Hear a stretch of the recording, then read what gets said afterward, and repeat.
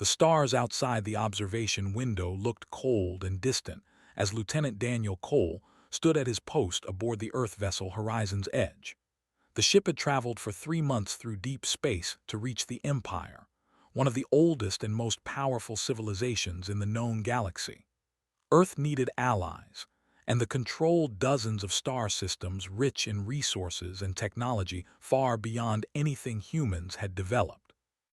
Daniel was 32 years old with short brown hair and calm gray eyes that had seen enough danger to stay steady in almost any situation. He served as the head of security for this diplomatic mission, responsible for keeping the crew safe in unfamiliar territory. Captain Laura Price had chosen him for this assignment because he never panicked and always thought before he acted. These qualities would soon be tested in ways none of them could imagine. They were not like humans. They stood nearly 7 feet tall with scaled skin that ranged from deep blue to purple. Their eyes were large and golden, and their mouths held sharp teeth that reminded Daniel of sharks back on Earth. They had ruled their empire for over 10,000 years, conquering weaker species and forcing them into service. To them, strength was everything. They respected only those who could match them in power, and they viewed humans as soft, fragile creatures barely worth noticing. The diplomatic meetings took place in the Grand Palace of Queen on the home world. The Queen was ancient by human standards, having ruled for over 300 years. Her scales were a deep royal purple, and she wore golden armor that gleamed under the palace lights. She sat on a throne made from the bones of her enemies and looked down at the human delegation with barely hidden contempt. Captain Price did her best to negotiate trade agreements and mutual defense treaties. She spoke carefully and respectfully, knowing that one wrong word could end any chance of friendship between their peoples. Daniel stood behind her with 2 other security officers, watching everything and saying nothing. His job was to observe and protect, not to speak. On the 3rd day of negotiations, something went wrong. A young servant girl accidentally spilled a drink near one of the noble advisors. The noble, a massive warrior named, grabbed the girl by her thin arm and began striking her across the face. The girl cried out in pain as blood dripped from her mouth. The other watched without any concern. This was normal to them. Servants were property, not people. Daniel felt his stomach turn. He knew he should stay quiet. He knew the mission was more important than one servant girl. But he also knew that he could not stand there and watch a child be beaten to death without doing something. Before he could stop himself, he stepped forward and caught S's arm before the next blow could land. The entire throne room went silent. Every turned to stare at the human who had dared to touch a noble. His golden eyes burned with fury as he looked down at Daniel. The human was nearly 2 feet shorter than him and weighed probably half as much. This was like being challenged by an insect. Daniel released his grip and stepped back, keeping his voice calm and steady. He said he meant no disrespect but asked if perhaps the punishment was enough. The girl had learned her lesson. There was no need to kill her over spilled liquid. The words hung in the air like poison. Captain Price closed her eyes, knowing that everything they had worked for was about to collapse, roared with anger and reached for his weapon, but a sharp command from Queen stopped him. The Queen rose from her throne and walked slowly down the steps toward Daniel. Her golden eyes studied him like a scientist examining a strange new specimen. She asked Daniel if he thought himself brave for challenging a warrior. Did he think his soft human body could survive even a single blow from his fist? Daniel met her gaze without flinching. He said he was not trying to fight anyone. He simply believed that mercy was not weakness. The Queen laughed, and the sound was cold and sharp like breaking glass. She said that humans were even more foolish than she had thought. Mercy was the greatest weakness of all. It was why humans would never be respected in the galaxy. It was why they would always be prey instead of predators. She turned to her guards and ordered them to seize Daniel. Captain Price immediately protested, saying that this violated diplomatic protection and that Earth would not accept this treatment of their officer. The Queen silenced her with a wave of her hand. She said that Daniel had insulted honor by interfering with the discipline of a servant. The punishment for such insults was death in the arena of judgment. Daniel felt the guards grab his arms, but he did not struggle. He looked at Captain Price and told her to complete the mission. Earth needed this alliance more than it needed one security officer. He told her not to start a war over him. She looked at him with pain in her eyes but nodded slowly. She understood what he was asking her to do. The Queen watched this exchange with some interest. She found it curious that the human would accept his death so calmly for the sake of his people. Perhaps there was something more to these creatures than she had thought. But it did not matter. Tomorrow he would face thee in the arena, and then the galaxy would see how quickly human courage turned to screaming. Daniel was dragged from the throne room and taken down into the depths beneath the great Colosseum. The guards threw him into a small stone cell and locked the heavy door behind him. He sat in the darkness and listened to the sounds of other prisoners crying and praying in languages he did not understand. He thought about his family back on Earth, his mother who still sent him messages every week, his younger sister who was studying to become a doctor. He wondered if he would ever see them again. He wondered if they would ever know what happened to him on this distant world. But Daniel did not allow himself to despair. He had faced danger before. He had survived situations that should have killed him, and he knew something that they did not understand. Humans were not weak. They had simply learned to hide their strength behind soft skin and gentle words. Tomorrow he would show them what a human could do when pushed to the edge. Tomorrow he would face their monster and prove that courage was the greatest weapon of all. He closed his eyes and began to plan. The cells beneath the arena were cold and dark, with only small torches along the walls to provide any light. Daniel spent his first night listening to the sounds around him. He heard prisoners weeping. He heard guards laughing. He heard something large and terrible growling from somewhere deeper in the tunnels. That sound, he knew, was the waiting for its next meal. When morning came, a guard brought him a small bowl of gray paste that was supposed to be food. Daniel ate it without complaint. He needed strength, and beggars could not be choosers. After the guard left, he began to explore his cell, looking for anything that might help him survive what was coming. The cell was simple. Stone walls, stone floor, a wooden bench for sleeping, and a bucket in the corner for waste. There were no windows and only one door made of thick metal bars. Daniel examined every inch of the space but found nothing useful. He would have to find another way. As the hours passed, Daniel started talking to the prisoners in nearby cells. Most of them were too broken to respond, but a few still had enough spirit left to speak. An old creature in the cell across from him introduced himself as. He was a species with gray skin and 4 arms that had been conquered by the over 200 years ago. Had been a teacher before his arrest and still remembered how to hope even after everything he had suffered. Told Daniel about the beast was not native to the home world. It came from a planet called Prime, a death world where everything evolved to kill. They had captured several centuries ago and bred them specifically for the arena. They were the ultimate killing machines with armored scales that could stop most weapons, 6 powerful legs that could run faster than any human could sprint, and jaws strong enough to bite through metal. Daniel asked if anyone had ever defeated shook his head sadly. In 300 years of arena games, no prisoner had survived longer than 2 minutes against the beast. Warriors from dozens of species had tried. Some were larger than some had weapons and armor. None of it mattered. They always won. Most prisoners simply accepted their fate when they learned they would face the beast. They stopped eating, stopped talking, and waited for death like broken machines shutting down. But Daniel did not accept anything. He asked more questions. He asked about the arena itself, about this behavior, about anything that might give him an advantage. Found this strange but also somehow inspiring. He had never met a creature who responded to certain death with curiosity instead of despair. He told Daniel everything he knew. The arena was circular with high walls that no prisoner could climb.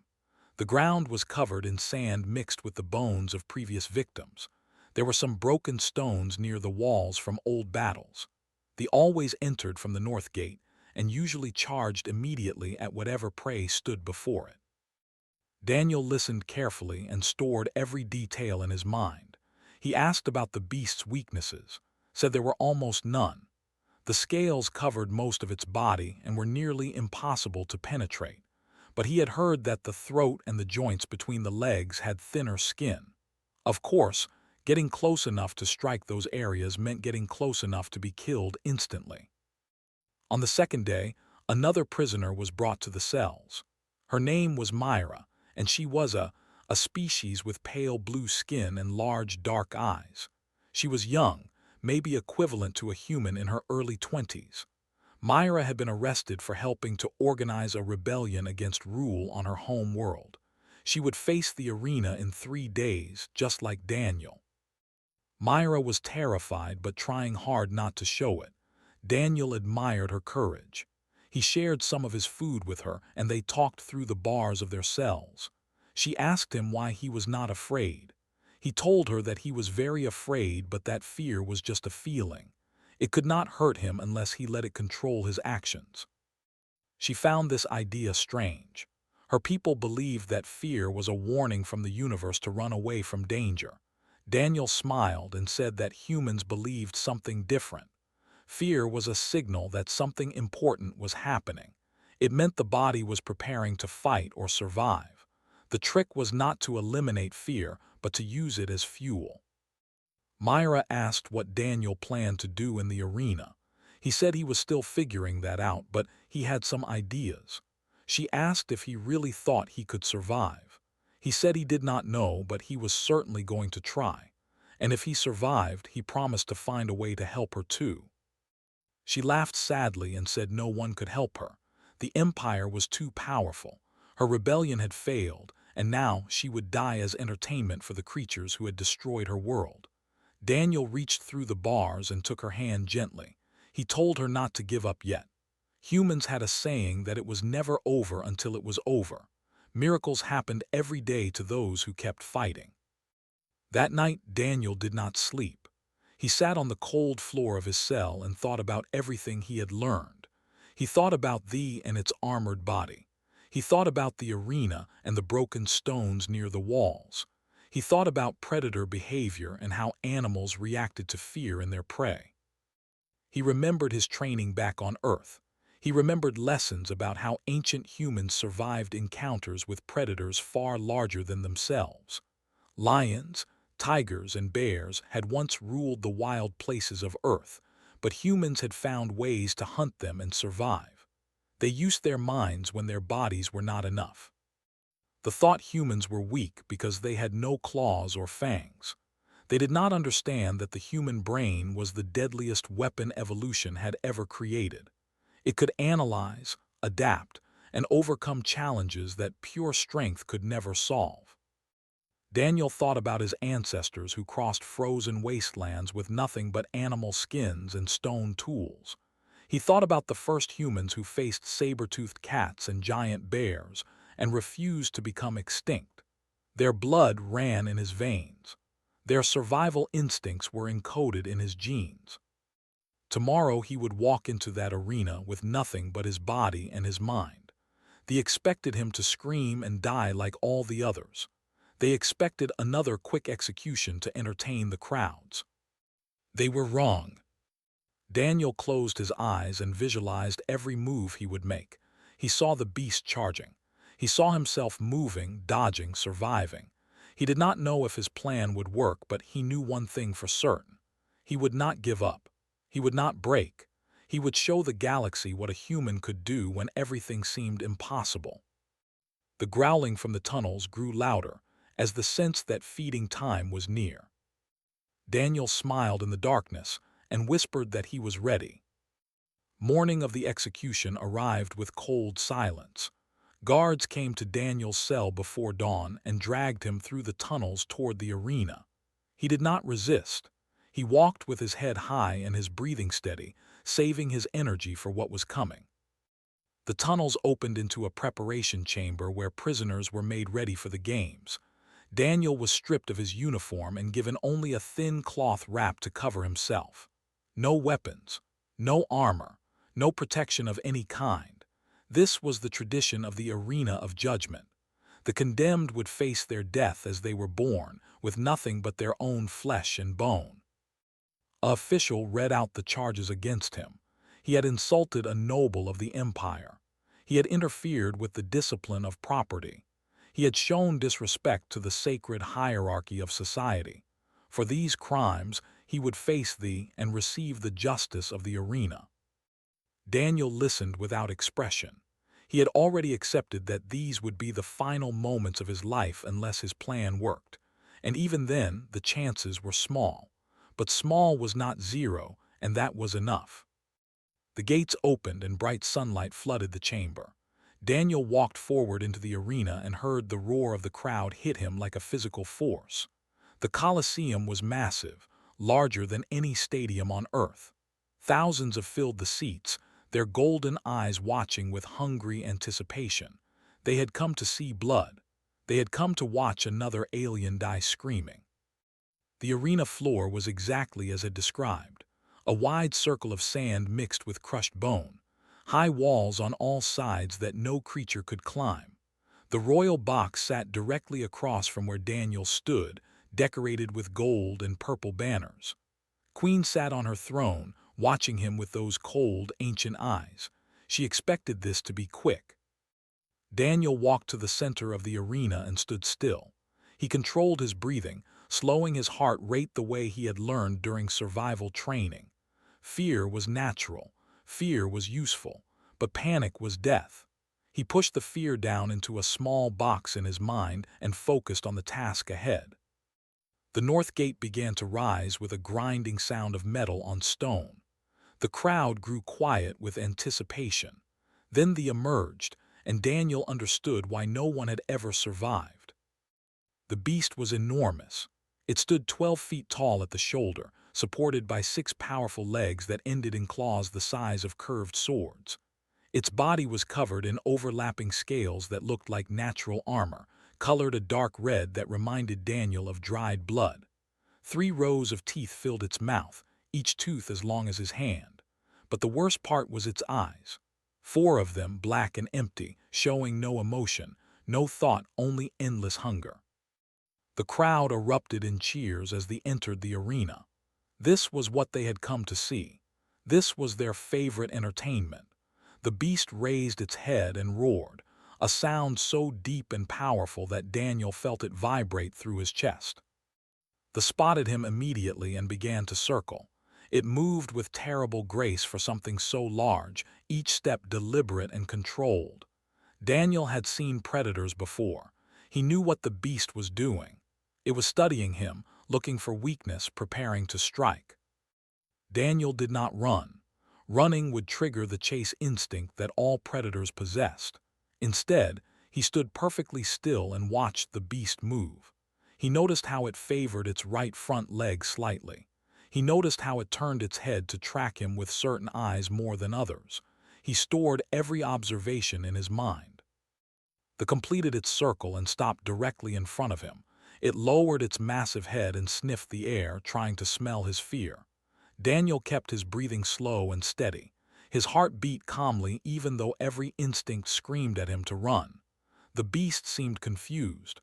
Prey always ran. Prey always screamed. This creature did neither. Long seconds passed in tense silence. The crowd grew restless. They wanted action. They wanted blood. Queen leaned forward on her throne, curious despite herself about what this strange human was doing. Then the charged. It moved faster than anything that size should be able to move. Daniel had only a fraction of a second to react. He threw himself to the right and rolled across the sand as the beast thundered past him. The ground shook from the impact of its massive legs. Daniel came up on his feet and immediately moved again, not giving the time to turn. The beast spun and charged again. Daniel dodged to the left this time, feeling the wind from its passing brush against his skin. He was faster than the when it came to quick direction changes. The beast had power and speed in straight lines, but turning its massive body took time. This was his advantage. Again and again they attacked. Again and again Daniel dodged at the last possible moment, using the beast's own momentum against it. He never tried to run away. He stayed close, making the creature work to reach him, forcing it to turn and charge repeatedly. 5 minutes passed, then 10, then 15. The crowd had fallen completely silent. No prisoner had ever lasted this long. No one had ever moved like this human moved, anticipating every attack, always exactly where the beast was not. Daniel's body burned with exhaustion, but he did not slow down.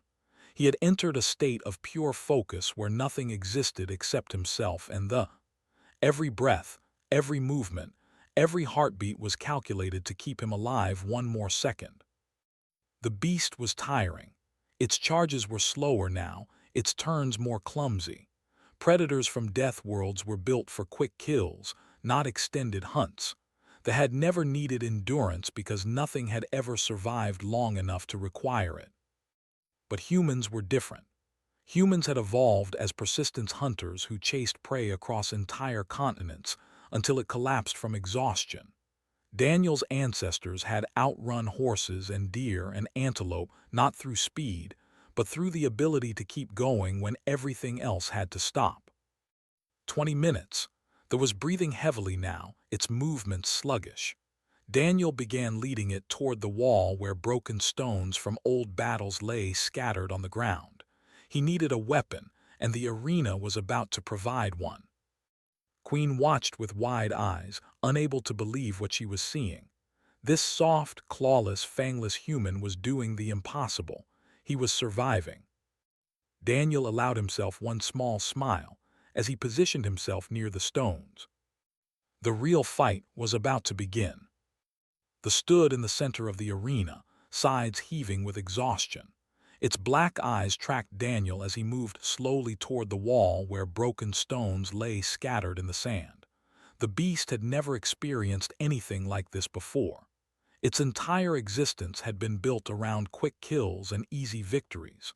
No prey had ever made it work this hard. Daniel kept his movements slow and deliberate. He did not want to trigger another charge until he was ready. His own body screamed with fatigue, muscles burning from 20 minutes of constant motion. But he could not rest. Not yet. The hardest part was still ahead. He reached the wall and felt along the scattered stones until his hand closed around a piece about the size of his forearm. One end was jagged and sharp where it had broken from a larger block. It was not much of a weapon, but it was better than nothing. He held it against his body, hiding it from the beast's view. The crowd watched in stunned silence. They had come expecting a quick death, a few seconds of entertainment before the next match. Instead, they had witnessed something that would be talked about for generations. This human had survived longer than any prisoner in the history of the arena. Even if he died now, he had already achieved the impossible. But Daniel had no intention of dying. The gathered its remaining strength and charged again. It was slower than before, but still terrifyingly fast. Daniel waited until the last possible moment, watching the beast's muscles bunch and release, calculating the exact trajectory of its attack. Then he did something no prisoner had ever done. Instead of dodging away, he moved toward the beast. Daniel dropped to his knees and slid across the sand, passing directly beneath this massive body. The beast's claws tore through the air above him, missing by inches. For one brief moment, he was underneath the creature, looking up at its armored belly. Had told him that the throat and leg joints had thinner skin, but there was one other vulnerable spot that Daniel had reasoned out on his own. The underside of the beast, where the armor plates met the softer belly, had to have some gap. No creature could be armored everywhere. Nature always left openings. He found it, a small stretch of exposed flesh where the chest plates ended and the belly began. Daniel drove his stone weapon upward with every ounce of strength he had left, feeling it punch through skin and muscle, and into something vital. The screamed. It was a horrible sound, high and piercing, filled with pain and confusion. The beast had never felt pain like this before. It stumbled forward, and Daniel rolled desperately to avoid being crushed beneath its thrashing body.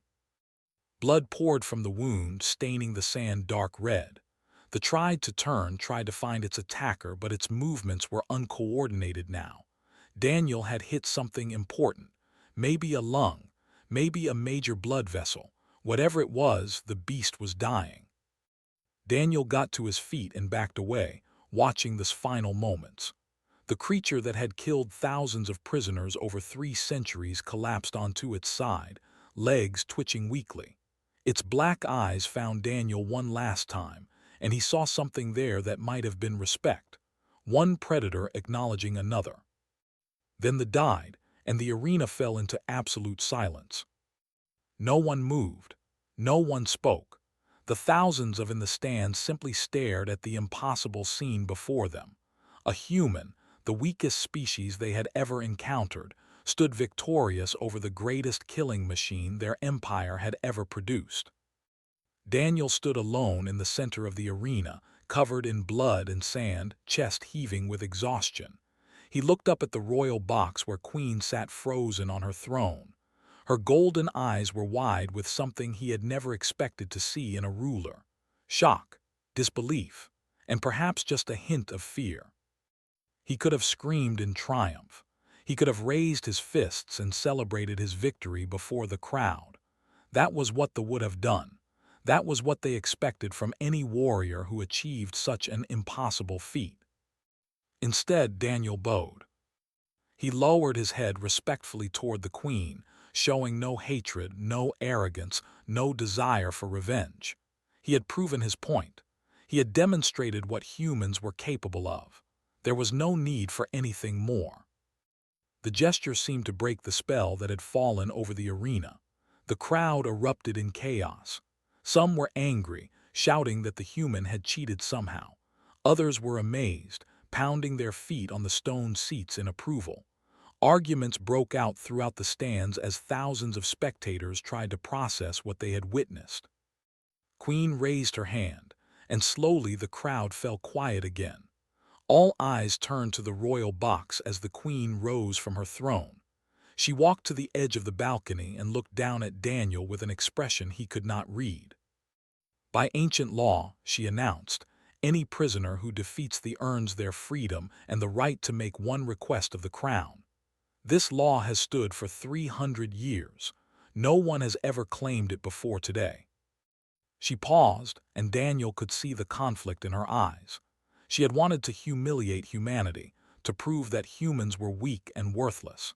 Instead, this single man had done what no one else in history had accomplished. She could break tradition and order his execution anyway.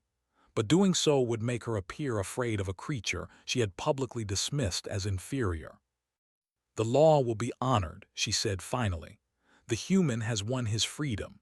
Tomorrow he will be brought before my throne to make his request. Guards came to lead Daniel from the arena. As he walked toward the gate, he heard something he never expected. Applause. Not from everyone, but from enough that the sound filled the Colosseum. Even his enemies had to admit that they had witnessed something extraordinary. Daniel allowed himself one look back at the body of the before the gate closed behind him. He had done it. He had survived. Now came the hard part, deciding what to ask for when he stood before the queen. He already knew what his answer would be. The throne room was packed with nobles, warriors, and advisors when Daniel was brought before Queen the next morning. He had been given clean clothes and allowed to wash the blood from his body, but the guards still treated him like a prisoner. They did not know what to make of him now. He was supposed to be dead, yet here he stood, alive and calm as if facing death had been just another ordinary day. Queen sat on her throne of bones, watching Daniel with those ancient golden eyes. She had not slept the night before. She had spent hours thinking about what she had witnessed in the arena. For 3 centuries, no one had survived She had used the beast to break the spirits of dozens of conquered species, to prove that they were supreme in all things. And then a human had destroyed that belief in less than 30 minutes. Daniel stopped at the base of the throne steps and waited in silence.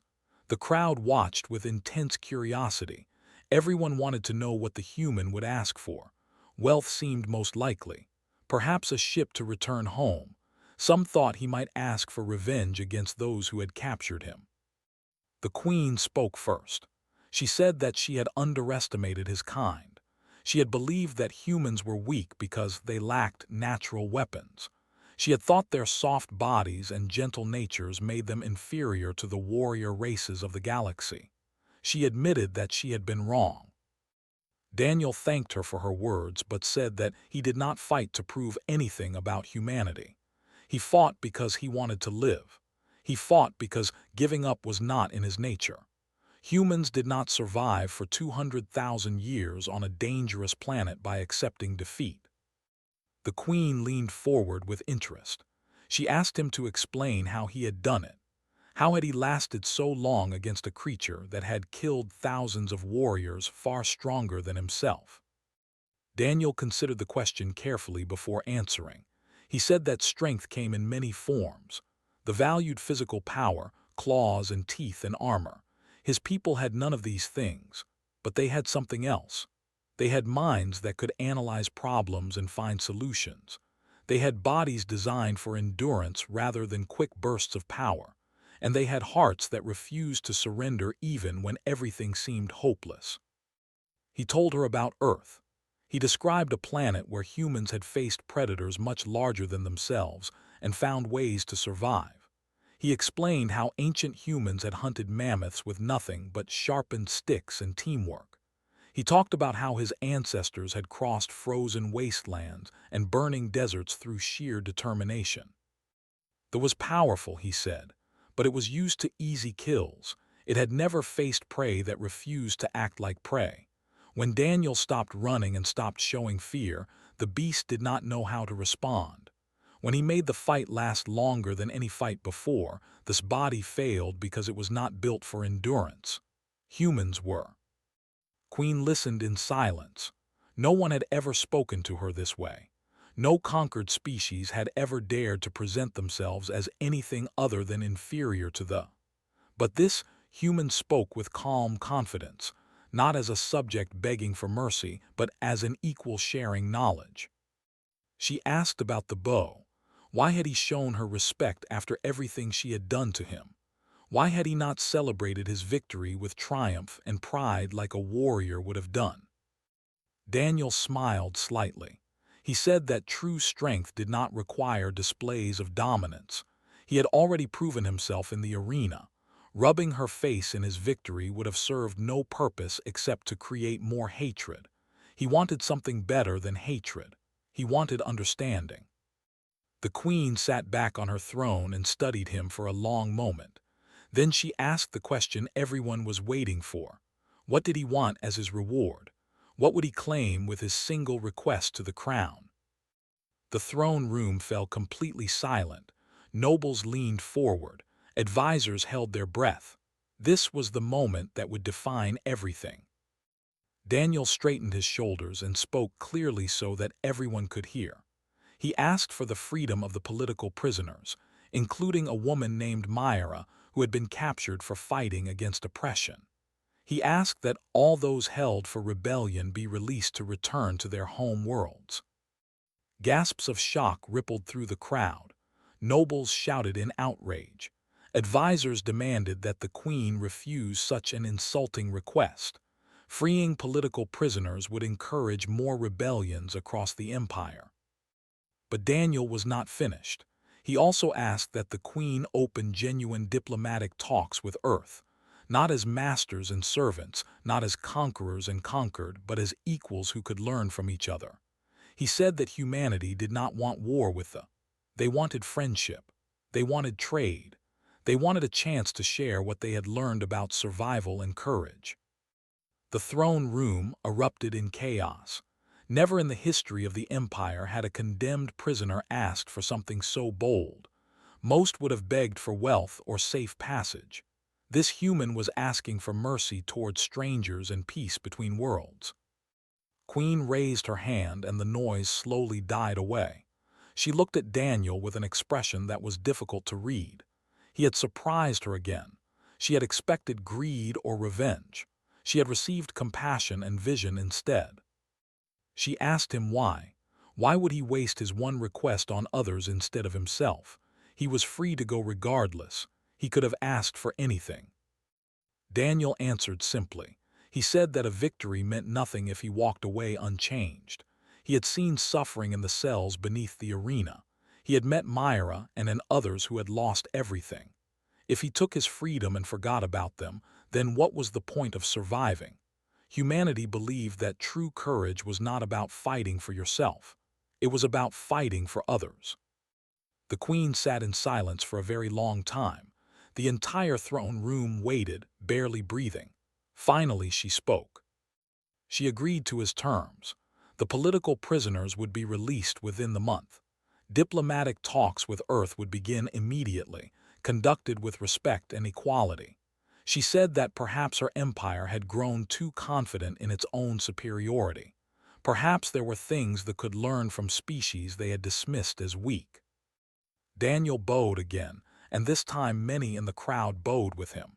He had done more than survive the arena. He had changed the relationship between two civilizations. 3 days later, Daniel returned to the horizon's edge. Captain Laura Price met him at the airlock with tears in her eyes. She had thought he was dead. Everyone had thought he was dead. He told her what had happened and what he had won from the Queen. She shook her head in amazement and said that he was either the bravest or the craziest human she had ever met. Daniel laughed and said he was probably both. As the ship prepared to leave orbit, Daniel received a message from Myra. She thanked him for remembering his promise. She thanked him for showing the galaxy that strength without compassion was meaningless. She said that her people would never forget what he had done. Daniel watched the home world grow smaller through the observation window. He had gone into that arena expecting to die. He had walked out having changed history. Captain Price asked him how he had stayed so calm facing certain death. He thought about the question for a moment before answering. He said that he had been terrified every single second. His hands had shaken. His heart had pounded. Every instinct had screamed at him to run and hide. But fear was just a feeling. It could not hurt him unless he let it take control. His ancestors had faced lions and tigers with stone tools and refused to become extinct. Their courage lived in his blood. The thought humans were weak because they saw soft bodies and gentle words. They did not understand that the greatest strength came from within. It came from the choice to stand when every voice said to kneel. It came from the choice to hope when every sign pointed to despair. That was the human way. That was why they had survived, and that was why they always would. The stars stretched into lines as the ship jumped to faster than light speed. Daniel closed his eyes and smiled, knowing that somewhere in the galaxy, an ancient queen was learning to see humans differently. The game had changed forever.